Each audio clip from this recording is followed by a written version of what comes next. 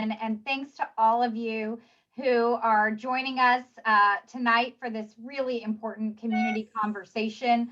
I'm so glad to be here tonight with my representative to the Texas House, Representative Ann Johnson, and with our neighbor and world-renowned immunologist, Dr. Peter Hotez. I'll say just a few things before I turn it over to Rep. Johnson and then to Dr. Hotez and then to you all for questions, because that is why we are here. But it is amazing to me to think that it was nearly a year and a half ago, almost to the day, that I met Dr. Hotez because he was testifying in the U.S. House of Representatives to our Science, Space, and Technology Committee about novel viruses and diseases and how we as a country should and could support ongoing research efforts to have vaccines in the pipeline, to make sure that we were leading in preparedness, and we were beginning to talk about the coronavirus. But while he's been a leading voice in this field for many years, he's been a real leader for our country ever since that day, over the last 18 months as we have faced this pandemic together. And I was so thrilled that he's been able to join us for a telephone town hall for our congressional district many months ago now. And I'm just so grateful that he's here with us again today to talk about where we are in this pandemic, to talk about the Delta variant that I know is very much on everybody's minds, as well as the recent CDC guidance, and the situation that we face here in our city, in our state, and across the country, and how we move forward together. And so I'm most grateful to him for making himself available to you all in this forum. And I really want to leave the majority of our time today for your questions. But I do want to remind you that Congress has been focused for the last 18 months on this pandemic, has been taking every opportunity we can to be helpful with all kinds of relief that you all have heard me talk about before. And I won't go through all of it now, but what I will just remind you is that as I always tell you, I'm so proud to represent you, and I'm here to help you.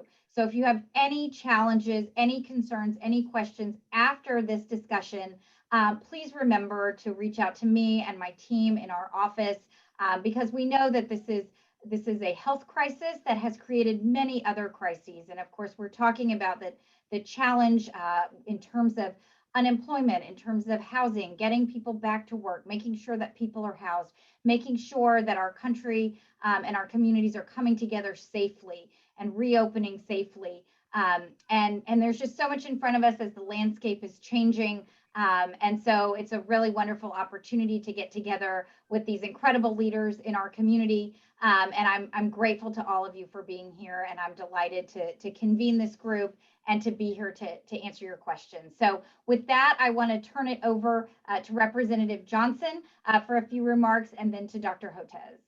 Thank you so much, Rep. Johnson, for being here. Thank you so much, Congresswoman Fletcher. It's an honor to be with you and Dr. Hotez. I am proud to be your state representative for Texas House District 134, which includes our medical center. And so I have gotten a chance over this past year to work with both of these individuals regarding COVID and what we've been trying to do locally with pushing out the vaccine, with making sure that we are following the rules of socially distance and wearing a mask. And we are seeing here this example of tackling these issues require not only local effort, but national effort and state effort. I do want to thank Congresswoman Fletcher because she has been key in this fight for what we've been trying to do in Austin. As many of you know, we have had this conversation around the fact that we have the highest rate of uninsured in the nation for children. We have millions without healthcare coverage. And so having healthcare coverage has always been a priority and a discussion that we need to advance. And Congresswoman Fletcher has worked in Congress to ensure that we would get even greater support if we would do Medicaid expansion. I was proud to be part of a group to offer legislation on that. And I am disappointed that we continue out of Austin to fail to get healthcare expansion done that would cover Texans. I am more disappointed today that, again, we are seeing Governor Abbott, who is overreaching his authority and taking a stand on what I believe is the wrong side of healthcare and stating to people that they don't need to wear a mask. And even more so, ironically, declaring a disaster declaration around COVID to grant himself more powers to then turn around and try to tell local communities that they cannot implement things like vaccine requirements or mask mandates. And so I am here in Washington, D.C. at the moment, advocating on behalf of your voting rights. I've always believed that there are certain things that should overcome partisanship, and healthcare has got to be the priority. While I am here in DC, I have been calling many of you in the district, and I will tell you the number one thing that is on your mind is what are we doing about COVID, about moving into this fourth wave, and what are you going to do to take care of children?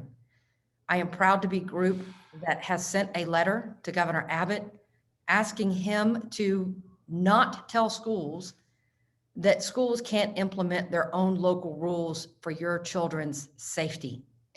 I hope that schools will take the strength and the courage to ensure that healthcare is their number one guiding factor. I want to thank local communities like Dallas, Williamson County, and even Mayor Turner, who have recognized that Abbott's steps are not constitutional, it's too much, and it is risky and dangerous, and that the safety of employees, of court staff, of everybody is got to be the guiding factor. I want to thank Dr. Hotez because he has been at every point the one sounding the alarm. I was proud that we could participate with local medical communities to say mask off parties were not the right thing to do. And we will continue to advocate for those common sense solutions that will keep people safe. But I worry that this is a different moment. This is a perfect storm of going into a fourth wave with a virus that is impacting children and significant disinformation and misinformation that's being put out there. So it is my honor to have Dr. Hotez to be able to tell us, our constituents, just what it is, what we can do to protect ourselves and our children. And so Dr. Hotez, it is an honor to have you on. Grateful to have from the right source, the right information to protect all of us. Well, thanks so much for that very generous introduction. And it certainly is an honor to be with both of you, both with the Congresswoman Lizzie Fletcher, and we've worked together now for a while, and it's been I've loved every minute of it, and because she gets it very quickly, and she really works hard to understand medicine and science, and that's unfortunately becoming increasingly rare these days. And with Representative Johnson, it's been also a terrific honor, and I've been saying I would look forward to working with you. Now I've been working with you, and it's been fabulous, and I appreciate the opportunity. I was kind of hoping we wouldn't have to do these anymore, and not because I didn't want to see you. I mean, but I would have liked to seen you at maybe having a margarita at Hugo's, but not under these circumstances where the virus is accelerating yet again. And I think at the last time we did something like this, I think I said we don't have to have this happen anymore. At that time, there was a greater sense of optimism because we were accelerating our ability to vaccinate the nation. And, back in May, things looked like we were on a roll. The deaths were going down, and we were rapidly progressing in terms of vaccinating the American people. We had the green light to go forward and immunize adolescents 12 to 17, and they developed a very robust immune response. And I said, you know what, I think we could get here. And the reason being, I said, if we could vaccinate all the adolescents and adults in the country, we could reach a point where we can interrupt virus transmission, because so many people will have been vaccinated, even without vaccinating the little kids. I think we might have been able to get there. But as John Lennon once said, life is what happens while you're busy making other plans. And unfortunately, life intervened in the form of two things. One, the Delta variant came in from the UK, from India, then through the UK, and then into the US. And as most people know by now, that Delta variant is much more highly transmissible than anything we've seen before.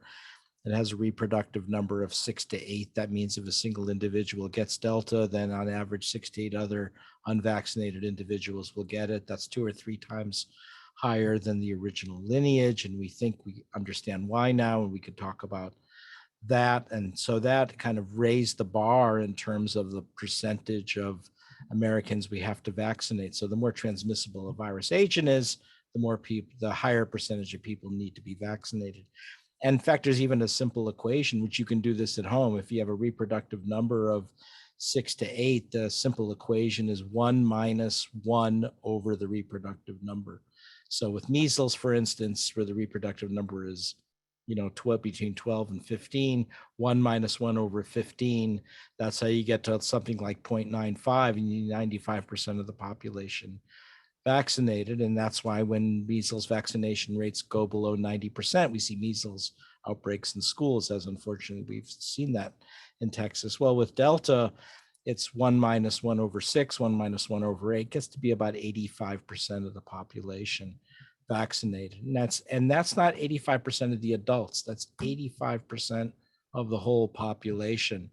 And that's a high bar, because since off the top, the kids under the age of 12 are not yet eligible to get vaccinated. That basically means all of the adults and all of the adolescents. So you're hearing about the president setting the bar of 70% of adults. Forget it. That's not even close. We need pretty much all of the adults and adolescents. You might say, well, that's impossible. Well, the answer is it's not impossible. It's happening right now. It's happening in Vermont.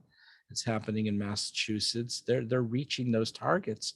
And you know what? They're having a pretty good summer. Yes, there have been some outbreaks, but overall, they're doing pretty well. And I'm pretty confident they're not going to have a big issue getting through the school year. I think they're going to be able to work this out, because they're going to have all of the teachers vaccinated, all of the staff, all of the bus drivers, and all of the adolescents. And so middle school and high school is going to go really well. And then for the little kids, if in addition to having masks on the little kids, community transmission will slow because so many kids are vaccinated.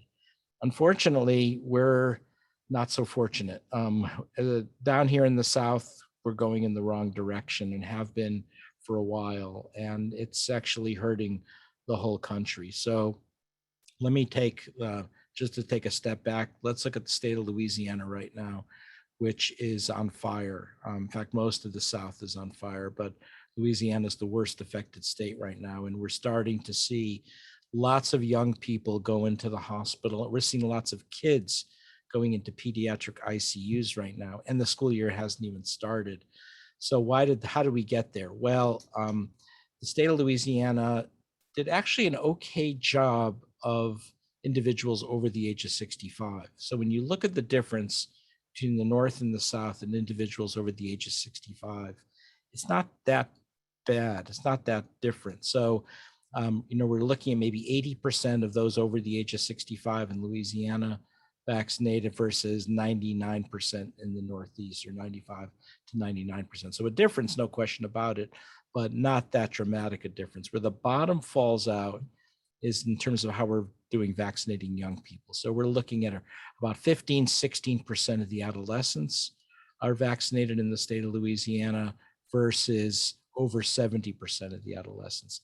That's a big difference, 70% compared to 17%. With young adults, also really low percentages, maybe 30, 40% of the young adults. So that's why things are looking so dire right now in the state of Louisiana. It's not a mystery. You've got the Delta variant that's twice as transmissible as anything we've seen before, as transmissible as chickenpox, which, most parents still remember what chickenpox was all about, highly transmissible. Second, none of the adolescents are vaccinated for all practical purposes, barely any of the young adults. And on top of that, you have a number of the red state governors saying, certainly no vaccine mandates for the schools, but also no mask mandates either. Now, the governor of Louisiana has realized, oh my God, this is a bad situation. And he's turned it around right now. And he's now, I think as of yesterday or today, now proposing mask mandates for the state of Louisiana in indoor settings. So, it would have been better to happen sooner, but maybe there's going to be some mitigation there. But now schools are opening, and I worry with such a low percentage with so much community transmission because vaccination rates are low and so few kids and teachers and staff vaccinated, they're in for trouble. And we're already seeing, the pictures of at least two pediatric ICUs, one in Baton Rouge and the other one in New Orleans. They're filled up, not regular ICUs, pediatric ICUs. And so that concerns me that and we're seeing this now in Arkansas, we're seeing it now in Mississippi. And again, even before school starts. So I think we're in for a really rough school year. And the frustration, of course, is it's an unforced error. We did not have to get here. Had we, either had vaccine mandates for the schools or at least the the right level of advocacy for it, had we been more attentive to what was going on, instead kind of holding fast to these health freedom, medical freedom ideologies, which are incredibly self-defeating and destructive. So, okay, so what's going to happen now in Texas? I think we're going to see lots of differences in different parts of the state. So the state of Texas is not unified on that. Just like the country is not unified, Texas is not unified either. So along the border with Mexico, they're doing surprisingly well with vaccinations. The urban areas are doing better than the rural areas. If you go into East Texas, the counties in East Texas, forget it, nobody's vaccinated. And even though things aren't accelerating yet, I think it's going to be a matter of time. So I think East Texas, all of the rural areas around Tyler, I think that's not going to go well. Houston, Harris County, I think we're kind of in between. We're not doing terribly compared to the rest of the South. We're doing about the average for the country, I think, right now, and that's not great because that average is not a real average. It's really a bimodal peak. You've got the underperformers here in the South. You've got the overachievers up in the Northeast. We're somewhere in between. So, if there's no other take-home message for Houston, Harris County, is we've got to dramatically expand our vaccination. So I think right now the numbers are like around 50% vaccination in Harris County. It's not good enough. It's, we've got to get towards around 85% of the county vaccinated.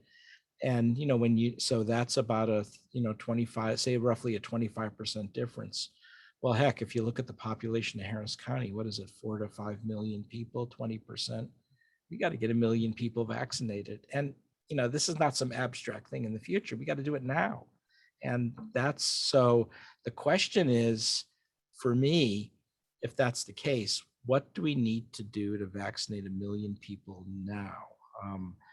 And, I think some of it's going to happen organically because people are now realizing that their unvaccinated buddies and family members are going into hospitals and ICUs, because the fake message that was out there before was that if you were young and healthy and went to the gym every day and had a good diet, don't worry about it. You don't need that vaccine.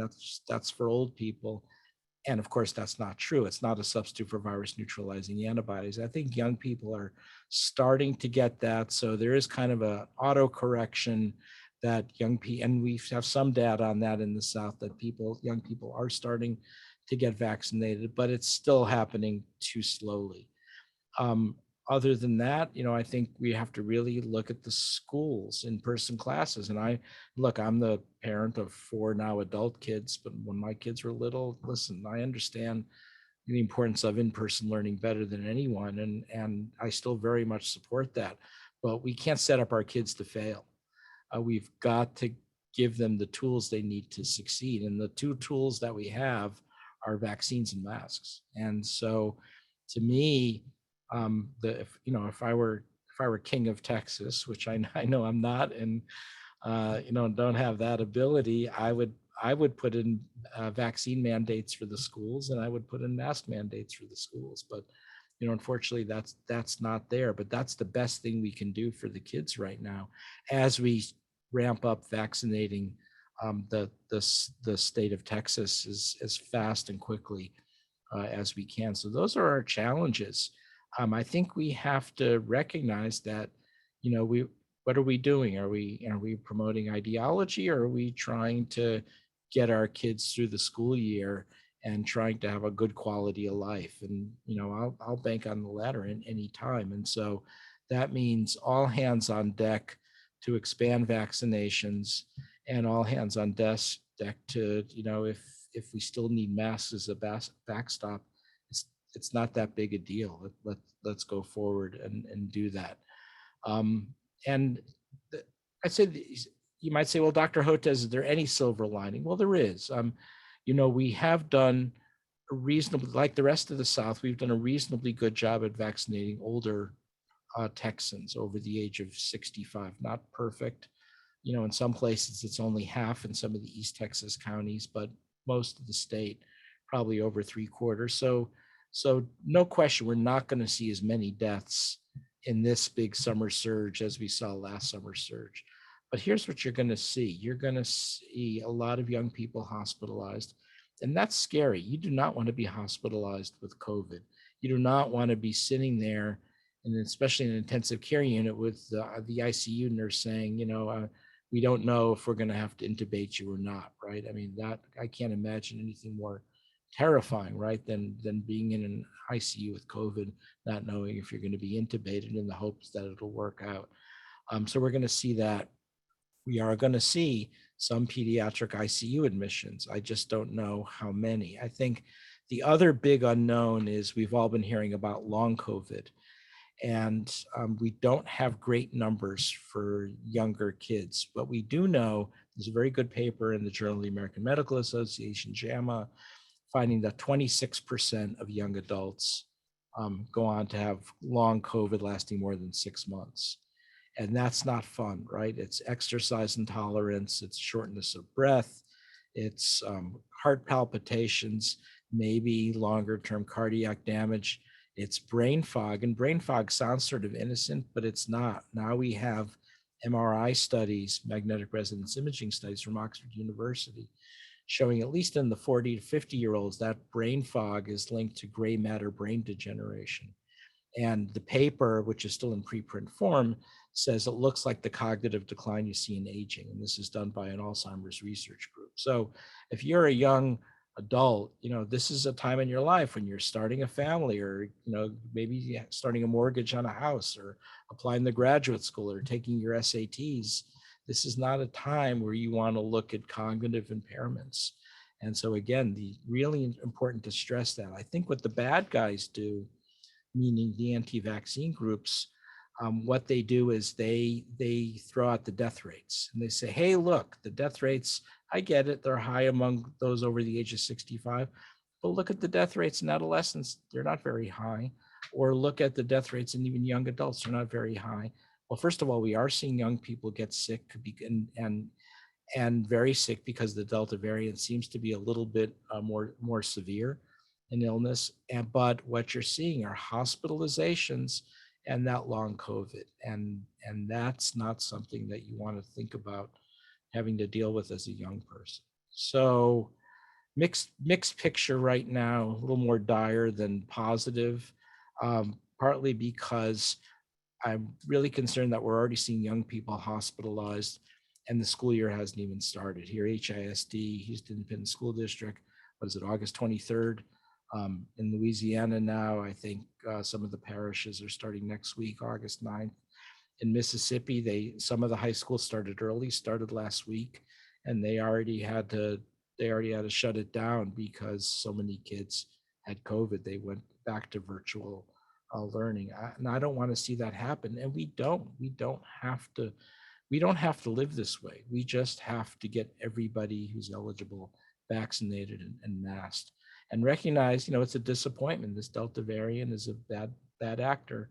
That is the reality. But we now have the tools to do this. We have good vaccines, and they're highly safe. People are not dying of vaccination, as the anti-vaccine people like to say. Vaccines do not cause infertility. Vaccines are not experimental. And they are not developed quickly. I mean, I could go through the whole list of talking points. and I'm happy to do that on this call, but that's the bottom line for the message.